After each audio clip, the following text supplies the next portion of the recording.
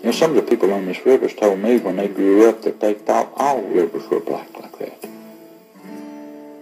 That all rivers were black and stunk. Rex Gate, Sheila Lowe, Clifford McGay, Alice Barnes, Charlie Clark. It didn't really mean that much about what the river was affecting us until we started putting on black dresses and going to all these funerals. These are our friends and neighbors whose life was cut short by the pollution of the Pigeon River. Where is God's mercy?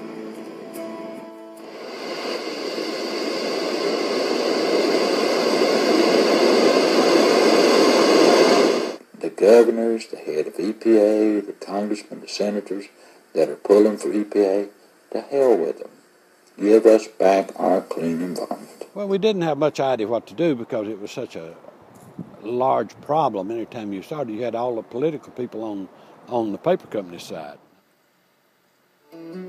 Gordon Ball has been a godsend for us. He stuck with us with no pay whatsoever. He's just been there. Anytime we needed him, he would come. He would be with us.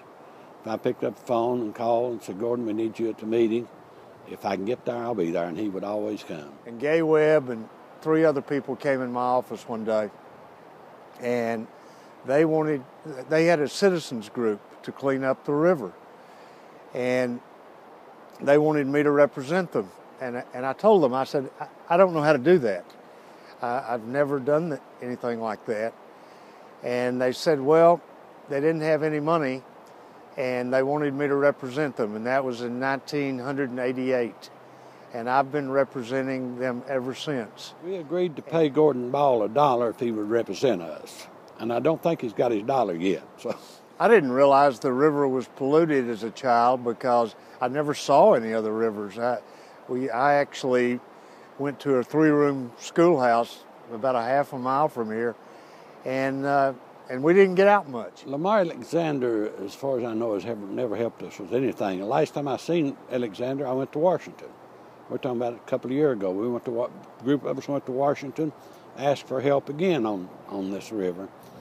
Anyway, Alexander looked at me like maybe I wasn't all there, and then one of his wades come trusting over to me and told me that, hey, we don't want EPA and them people fooling around down there. We were trying the case in the first case against Champion Paper Company in federal court in Greenville, Tennessee. And one day I told Judge Hull, the federal judge, that I couldn't make these people clean up this river, and only God and the EPA could do that. And the river had been polluted since 1912, so obviously they weren't very interested in it. But I promised Judge Hull one thing. We were going to sue these people every 3 years until I die. And then I've got 3 little boys who are going to be lawyers, and they're going to sue them every 3 years until they die. When I found out that Gordon was really going to run for U.S. Senator this time, I thought that would be the greatest thing that ever happened to East Tennessee, and Tennessee in particular.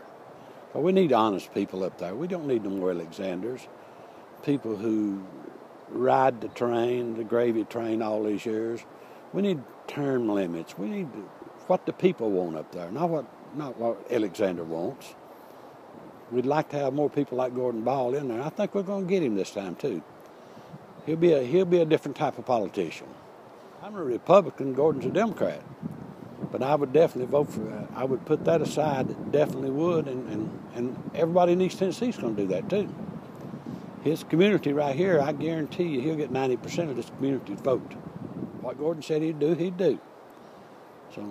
So we've lived together in these mountains all these years, and if I know a man, I know Gordon Ball. And Gordon Ball's the right kind of person.